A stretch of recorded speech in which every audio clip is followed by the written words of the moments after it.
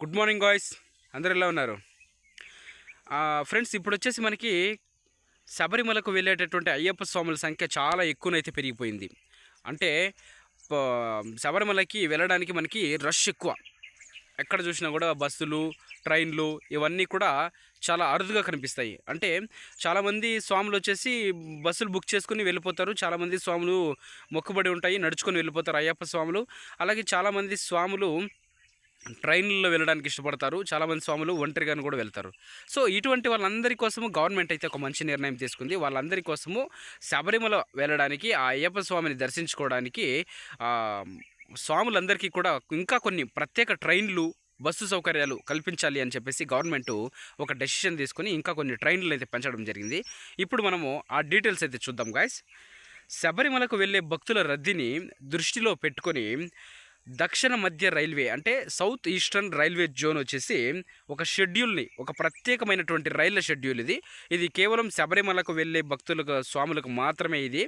ఆ తర్వాత నిలిపేస్తారు, అంతవరకు మాత్రమే ఇది. దీన్ని ఈ నెల 13వ తారీఖు నుంచి, అంటే రేపటి నుంచి 13వ తారీఖు నుంచి వచ్చే నెల జనవరి 2 వరకు కూడా 10 ప్రత్యేక రైళ్ల సర్వీసులు భక్తుల ప్రయాణానికి అందుబాటులో ఉంటాయండి. ఇవి కేవలం శబరిమల ఎక్స్ప్రెస్లు మాత్రమే రేపటి నుంచి మనకు అందుబాటులోకి వస్తాయి. అందుబాటులోకి వచ్చి జనవరి 3 వరకు ఉంటాయి. తెలంగాణ, ఆంధ్రప్రదేశ్ ప్రాంతాల నుంచి శబరిమల దారిలో ఉన్న కేరళ రాష్ట్రంలోని కొల్లాం జంక్షన్కు ఈ యొక్క రైళ్ళు అయితే చేరుకుంటాయండి. అవి పండుగ సీజన్ కారణంగా సాధారణ రైళ్లల్లో టికెట్లు దొరకడం కష్టమవుతుండటంతో భక్తులకు ఇబ్బందులు పడకుండా ఉండాలి అని చెప్పేసి గవర్నమెంట్ అయితే ఈ నిర్ణయం తీసుకుంది. డిసెంబర్ 3వ తేదీ నుంచి ప్రత్యేక సర్వీసుల టికెట్లు బుకింగ్ ప్రారంభం అయిపోయినాయి. భక్తులు ముందుగానే తమ ప్రయాణ తేదీలను అనుసరించి టికెట్లు రిజర్వులు చేసుకోవాలి అని చెప్పేసి గవర్నమెంట్ అధికారులు, రైల్వే అధికారులు అయితే చెప్తున్నారు.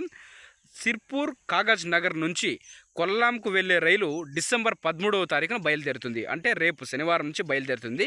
ఈ రైలు ఎక్కడెక్కడ మార్గ మధ్యంలో నిలుస్తుంది అని మనం గమనిస్తే బెల్లంపల్లి, మంచిర్యాల, రామగుండము, పెద్దపల్లి, జమ్మికుంట, వరంగల్లు, కే సముద్రము, మహబూబాబాదు, ఖమ్మం స్టేషన్లో ఆగుతూ విజయవాడ, తిరుపతి మీదుగా వచ్చేసి కొల్లం చేరుతుంది. సో ఇది తెలంగాణలో మొదలయ్యి మనకి రాయలసీమలో వచ్చేసి విజయవాడ, తిరుపతి మీదుగా అయితే మనకి బయలుదేరుతుంది. ఇంకా చర్లపల్లి నుంచి కొల్లాంకు వెళ్ళే ప్రత్యేక రైలు డిసెంబర్ 17వ తారీఖున, 20వ తారీఖున, 31వ తేదీలో 3 తేదీలు ఇచ్చినారు. 3 తేదీల్లో బయలుదేరుతాయి. డేట్లు గుర్తుపెట్టుకోండి. చర్లపల్లి నుంచి కొల్లాంకి వెళ్ళే రైలు వచ్చేసి డిసెంబర్ 17, 20, 31 తేదీ. ఇది ఎక్కడెక్కడ వెళ్తుంది అంటే సికింద్రాబాదు, బేగంపేట, లింగంపల్లి, శంకర్పల్లి, వికారాబాదు, తాండూరు మీదుగా తాండూరు మీదుగా గుంతకల్లు, తర్వాత చిత్తూరు, కాట్పాడి రూట్లలో కేరళ దిశగా వెళ్తుంది. ఇది మనకి చాలా యూస్ఫుల్ ఈ ట్రైన్. ఎందుకంటే మనకి చిత్తూరులో ఆగుతుంది, వేలూరు, కాట్పాడిలో కూడా ఆగుతుంది. సో మనం అక్కడ దీన్ని క్యాచ్ చేసి ఈజీగా శబరిమల అయ్యప్ప స్వామి దర్శనం చేసుకోవచ్చు. ఓకేనా? అలాగే ఇంకొక ట్రైన్ చూసినట్లయితే హుజూర్ సాహెబ్, నాందేడ్ నుంచి కొల్లాంకు డిసెంబర్ 24వ తారీఖున అయితే స్టార్ట్ అవుతుంది. ఈ రైలు వచ్చేసి నిజామాబాదు, ఆర్మూరు, కోరుట్ల, జగిత్యాల, కరీంనగరు, పెద్దపల్లి, జమ్మికుంట, వరంగల్, ఖమ్మం మీదుగా వెళ్ళి విజయవాడ, తిరుపతి, కొట్టాయం వరకు చేసుకుంటుంది. ఇది కొట్టాయం నుంచి మళ్ళీ తిరిగి కొల్లాం స్టేషన్కి వస్తుంది.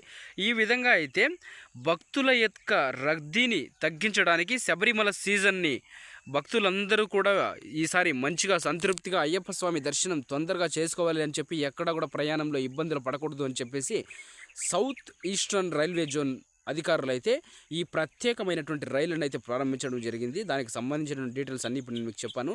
రైల్వే టికెట్లు బుక్ చేసుకొని మీరు క్షేమంగా అయ్యప్ప స్వామిని మనసులో తలుచుకుంటూ మంచిగా ఇరుముడిని ఎత్తుకొని పోయి స్వామిని 18 మెట్లు ఎక్కి దర్శించుకొని క్షేమంగా ఇల్లుకు తిరుగురండి స్వాములారా.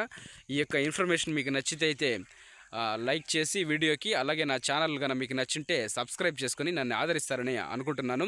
అయ్యప్ప స్వామి భక్తులందరూ కూడా నా ఛానల్ సబ్స్క్రైబ్ చేసుకొని అభిమానిస్తారని అనుకుంటున్నాను. ఓం స్వామియే శరణమయ్యప్ప.